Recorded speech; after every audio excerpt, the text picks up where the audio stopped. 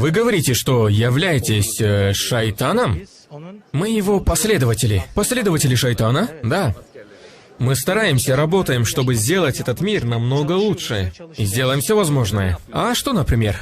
Мы не можем рассказать о своих планах, потому что если кто-то узнает, он будет еще сильнее. Ну, хотя бы маленькую подсказку дайте. Если я вот так прикоснусь...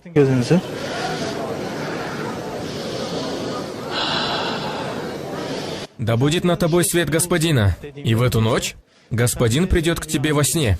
А что за господин? Шайтан. Я много людей привел в эту религию. Огромное количество. Я поклоняюсь макаронному волку. Это прекрасная религия. Каждому советую.